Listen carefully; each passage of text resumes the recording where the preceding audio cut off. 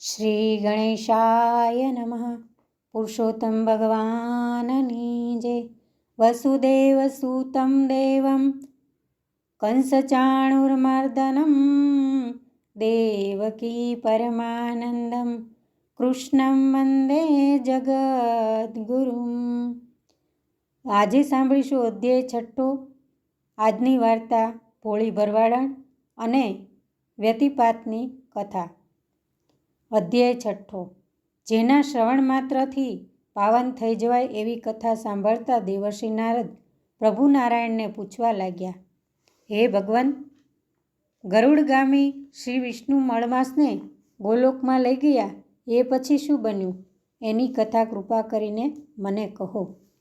ત્યારે ભગવાન નારાયણ બોલ્યા, હે નારદ, ગોલોકની દિવ્યતા, મણિમાણેક અને નીલમ પોખરાજ તથા રત્નજડિત મનોહર મંદિરની તેજસ્વીતા અંજાઈ ગયેલા મળમાસનો હસ્તગ્રહીને આગળ આગળ ચાલતા શ્રી વિષ્ણુને દ્વારપાળોએ દંડવત પ્રણામ કર્યા.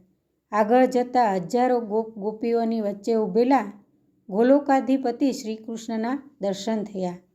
દર્શન થતાં જ શ્રી વિષ્ણુ અને મળમાસ બંને ગોલોકના પતિ સાક્ષાત પરબ્રહ્મ પરમાત્માની સ્તુતિ કરવા લાગ્યા. હે પ્રભુ, હે ભગવાન, આપ અજર અમર અજન્મા છો, જગત નાશવંત છે, તમે જ શાશ્વત સત્ય સ્વરૂપ છો. આપ નિરાકાર હોવા છતાં અધર્મ અને પાપના નાશ માટે અવતાર ધારણ કરો છો. એવા અનંત સચ્ચિદાનંદ સ્વરૂપ સૃષ્ટિપતિને અમારા કોટી કોટી વંદન હો. મૃત્યુલોકના જીવમાત્રને સુખ સમૃદ્ધિ અને સંપત્તિ આપનારી આ સ્તુતિ સાંભળીને પ્રસન્ન થયેલા ગોલોકાધિપતિ ભગવાન શ્રી કૃષ્ણે વિષ્ણુ અને મળમાસ સામે દ્રષ્ટિ કરી. બિચારો મળમાસ કાપી રહ્યો હતો. એને ધ્રુજતા હાથે ભગવાન શ્રી કૃષ્ણને પ્રણામ કર્યા. એની દિનહીન દશા જોઈને શ્રી કૃષ્ણે વિષ્ણુને પૂછ્યું, હે વૈકુંઠાધિપતિ, તમારી સાથે આ કોણ આવ્યું છે? એના મુખ પર ચિંતાના ગહન વાદળો શા માટે ઘેરાયેલા છે? આ લોકમાં પગ મૂકતા જ દુઃખ શોકનો અવશ્ય ક્ષય થાય છે. તે છતાં આને એવું તે કયું દુઃખ છે કે જેના ગાત્રો કાપી રહ્યા છે? આ સાંભળીને ભગવાન વિષ્ણુ અધિક માસ પર અત્યંત અનુકંપા ઉપજતા પોતાના શ્રીમુખે એની કથની કહેવા લાગ્યા, હે ગોલોકાધિપતિ, આ અત્યંત દુર્ભાગી એવો અધિક માસ છે. દારૂણ દુઃખથી પીડાઈ રહ્યો છે. એ દુઃખમાંથી મુક્તિ મેળવવાની આશા લઈને આપના શરણે આવ્યો છે. સૂર્યની સંક્રાંતિથી વંચિત અને અધિપતિ રહિત એવા આ માસને બધા ધિક્કારે છે. બધા જ પ્રાણીઓ, વનસ્પતિઓ, મહિનાઓ, તિથિઓ, નદી નાળા, સરોવરો અને ધણી વિનાનો નકામો મલિન મળમાસ એવા ધૃણાપાત્ર નામે બોલાવે છે. કોઈ દયાળુ જીવની પ્રેરણાથી એ પ્રથમ મારા શરણે આવ્યો. મારા હૃદયમાં અનુકંપા જાગતા હું એને આપની પાસે લઈ આવ્યો છું. આપ ભવભય હારણ છો, કષ્ટ વિદારણ છો, અધમ ઉદાહરણ છો. હે ગોલોકનાથ, શરણે આવેલા આ અધિક માસનો શોક હરો. જે કોઈ જીવ આપના શરણે આવે છે એના સર્વે કષ્ટ કપાય છે. માટે આપનું બિરુદ જાળવી મળમાસનું દુઃખ હરો તો મારું આગમન પણ સફળ થાય. નારાયણ ભગવાન કહી રહ્યા છે, હે દેવર્ષિ, અધિક માસની આ વ્યથા કથા સાંભળીને ગોલોકાધિપતિ શ્રી કૃષ્ણ શું બોલ્યા એ હું તમને જણાવું છું. તો અધ્યાય 6 સમાપ્ત. હવે સાંભળીશું ભોળી ભરવાડણ.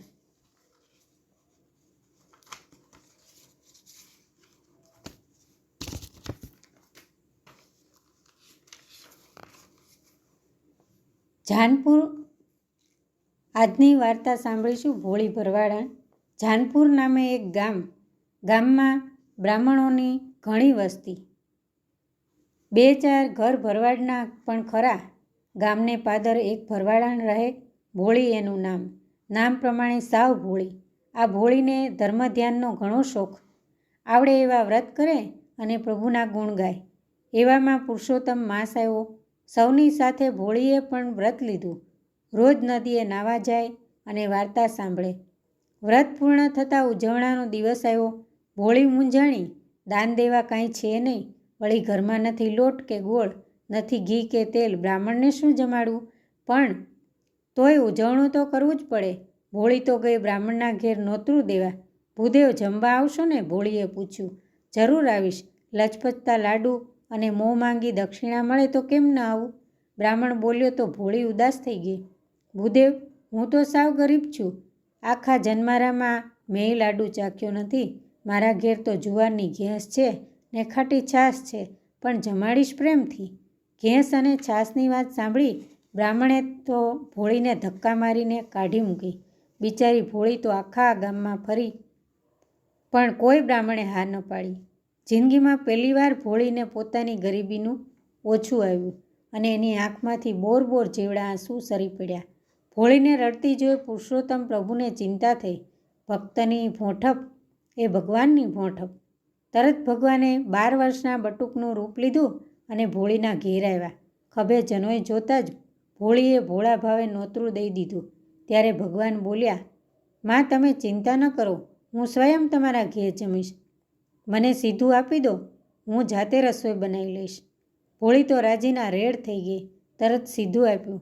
ભગવાને જાતે ઘેંસ રાંધી અને જમ્યા. ભોળી પાદર સુધી પ્રભુને વળાવવા આવી. પાદરે આંબળાના વૃક્ષ હતું. પ્રભુએ વૃક્ષ પર ચઢીને આંબળા પાડવા લાગ્યા. માં, આ આંબળા ઘેર લઈ જાઓ, તમારું દાળદર ફીટી જશે. ભોળીએ ગાંસડી બાંધી. પછી જ્યાં ઊંચે નજર કરે છે તો પ્રભુ ન મળે. ભોળી તો પ્રભુનું નામ લેતી લેતી ઘેર આવી. કકડીને ભૂખ લાગી હતી. જમવા બેઠી તો આભી થઈ ગઈ. ઘેંસની જગ્યાએ 32 પકવાનના થાળ ભર્યા છે. ત્યાં જ એની નજર આંબળાની ગાંસડી પર પડી. એમાં અજવાળું જોઈને એને ગાંસડી ખોલી તો હીરામાણિકનો ઢગલો. ભોળીના જ્ઞાનચક્ષુ ખુલી ગયા. એ સમજી ગઈ કે વ્રતની લાજ રાખવા સ્વયં પુરુષોત્તમ પ્રભુ પધાર્યા હતા. ભોળીના વલોપાતનો પાર ન રહ્યો. અરે રે, હું કેવી આંધળી, પ્રભુને ન ઓળખી શકી. ધિક્કાર છે મને. મારો અવતાર એળે ગયો. મારું ઘર પવિત્ર થયું પણ જીવન પવિત્ર ન થયું. પ્રભુએ મને છેતરી. ભોળીએ સંકલ્પ કર્યો કે હવે પ્રભુ દર્શન દે તો જ અંજળ લેવા. ભોળીનો દ્રઢ સંકલ્પ જોઈ પ્રભુએ દર્શન દીધા અને ભોળીનો અવતાર સફળ થઈ ગયો. ભગવાન ભૂખ્યા ભાવના તણા, ન માગે મિષ્ટ પકવાન. શ્રદ્ધા થકી જે કોઈ ભજે એને આપે દર્શનના દાન. વિદુર ઘેર ભાજી જમે, છોડ્યા દુર્યોધનના મિષ્ટાન. ભક્તની ભીડ ભાંગે ભૂદ્રો, કાયા થાય કુરબાન. હે પુરુષોત્તમ પ્રભુ, તમે ભોળી ભરવાડણને ફળ્યા એવા સૌને ફળજો. જય પુરુષોત્તમ ભગવાન. આજે સાંભળીશું વ્યતિપાતની કથા.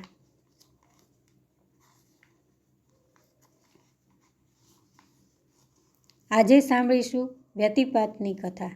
એકવાર ચંદ્રમાને કુમતિ સૂજી. ગુરુપત્ની તારા પર મોહ ઉત્પન્ન થવાથી તેણે તારાનું અપહરણ કર્યું. આ જોઈ ભગવાન સૂર્યનારાયણ અતિ ક્રોધાયમાન થયા અને ચંદ્રમા સાથે લડાઈ કરી.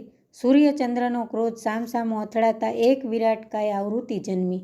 આગના ગોળા જેવી આંખો, ખીલા જેવા દાંત, પીળા ઝાંખરા જેવી દાઢી મૂછ અને દોરડા જેવા વાળ, ઘણ જેવું નાક, ઝાડના થડ જેવા હાથ પગ, તોતિંગ ડાળી જેવી આંગળીઓ. આવી બિહામણી આકૃતિને જોતાં જ સૂર્યચંદ્ર લડતા બંધ થઈ ગયા. એ મહાકાય આકૃતિ વાદળોની ગર્જના જેવા અવાજે બોલી, મારું નામ વ્યતિપાત છે. મને ભયંકર ભૂખ લાગી છે. સત્વરે મને ખાવા આપો, નહીતર હું આખી પૃથ્વીને ખાઈ જઈશ. આ સાંભળીને સૂર્યચંદ્ર બોલ્યા, શાંત થા વ્યતિપાત, શાંત થા. તારા માટે ભોજનની ગોઠવણ થઈ ગઈ છે.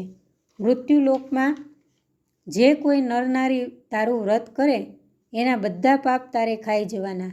જે વ્રત ન કરે, વ્રતનો અનાદર કરે, એને તું ભયંકર પીડા આપી તારા ક્રોધનો શિકાર બનાવજે. તારું વ્રત કરનારને સુખ સંપત્તિ અને સંતતિ દેજે. અમારા તને આશીર્વાદ છે કે તારું વ્રત કરનાર ભાવિકને યમના પાશનો ભય નહીં રહે. બ્રાહ્મણ મુહૂર્તે ઉઠી સ્નાન કરી તારી મૂર્તિનું પૂજન કરી ફળ ફળાદિનું દાન કરનારના સકળ મનોરથ સિદ્ધ થશે. માર્કંડ પુરાણમાં મહર્ષિ માર્કંડ મુનિએ આ વ્રતના મહાત્માનું વર્ણન યુધિષ્ઠિરને કહી સંભળાયું છે. યુધિષ્ઠિરે યમદંડના મહાદોષમાંથી છૂટવા માટે કયું વ્રત કરવું એવો પ્રશ્ન કર્યો. ત્યારે માર્કંડ ઋષિએ હયસ્વ રાજાની વાત કરી સંભળાવેલી.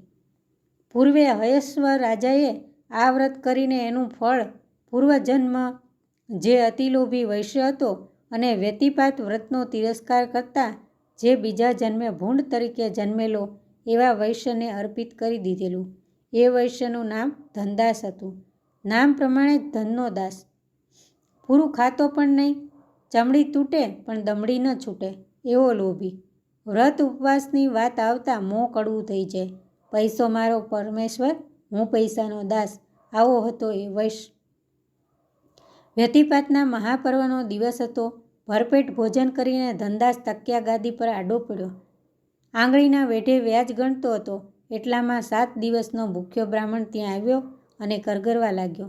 શેઠ, આજે વ્યતિપાતનું મહાપર્વ છે. દયા કરીને બટકું રોટલો આપો તો મારી આંતરડી ઠરે. 7 દિવસનો ભૂખ્યો છું. આપવાની વાત આવી ત્યાં તો શેઠને ટાઢ ચડી ગઈ. એ તો માંડ્યો ગાળો દેવા. જેમ જેમ બ્રાહ્મણની આજીજી વધતી જાય તેમ તેમ શેઠની ગાળો વધતી જાય. બ્રાહ્મણે વ્યતિપાતની દુહાઈ દઈને ચપટી લોટ માગ્યો. ખીજાયેલા શેઠે લીધી લાકડી અને બ્રાહ્મણને ઢીબવા લાગ્યો. બ્રાહ્મણની સાથે વ્યતિપાતને ગાળો દીધી. ઢોરની જેમ માર ખાતા બ્રાહ્મણે શાપ દીધો, હે ધનલોભી, તે મારી બળતી આંતરડીને ઠારવાને બદલે વધુ બાળી છે. તારા પેટમાં ઇલાઈ લાગશે.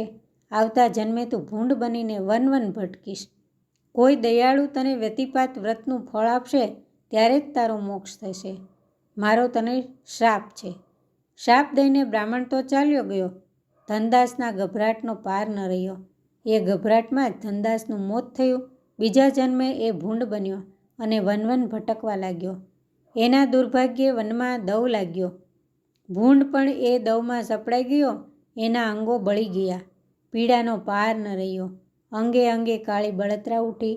ન ખાઈ શકતો, ન પી શકતો, ભૂખ્યો તરસ્યો એ પ્રભુ પાસે મોત માગવા લાગ્યો. એક દિવસ મૃગિયા રમવા નીકળેલો હયેશ્વર રાજાએ વનમાં આવ્યો. ભૂંડની હાલત જોતાં એને દયા આવી. એ વિચારવા લાગ્યો કે આ ભૂંડે પૂર્વજન્મમાં એવા તે કયા મહાપાપ કર્યા હશે કે આજે આની આવી દશા છે. એ જ ક્ષણે ભૂંડને વાચા ફૂટી. પૂર્વજન્મે પોતે કરેલા પાપની અને બ્રાહ્મણના શાપની વાત કરતાં કહ્યું, કોઈ મને વ્યતિપાત વ્રતનું ફળ આપે તો મારો મોક્ષ થાય. રાજા હયેશ્વ વ્યતિપાતનું વ્રત પૂર્ણ શ્રદ્ધાથી કરતો હતો. તત્કાળ એણે હાથમાં જળ લઈને સંકલ્પ કર્યો. વ્રતનું પુણ્ય ભૂંડને આપ્યું. એ જ ક્ષણે વૈશ્ય ભૂંડના દેહમાંથી મુક્ત થયો અને રાજાને હાથ જોડીને સ્વર્ગે ગયો. વ્યતિપાત વિઘ્ન વિદારણ, હરે સઘળા પાપ, વાસ થાય ગોલોકમાં, પુણ્ય એનું આ માપ. ઇતિ શ્રી વ્યતિપાત મહાત્મા સમાપ્ત. તો આ હતી વ્યતિપાતની કથા. જય શ્રી કૃષ્ણ. જય પુરુષોત્તમ ભગવાન.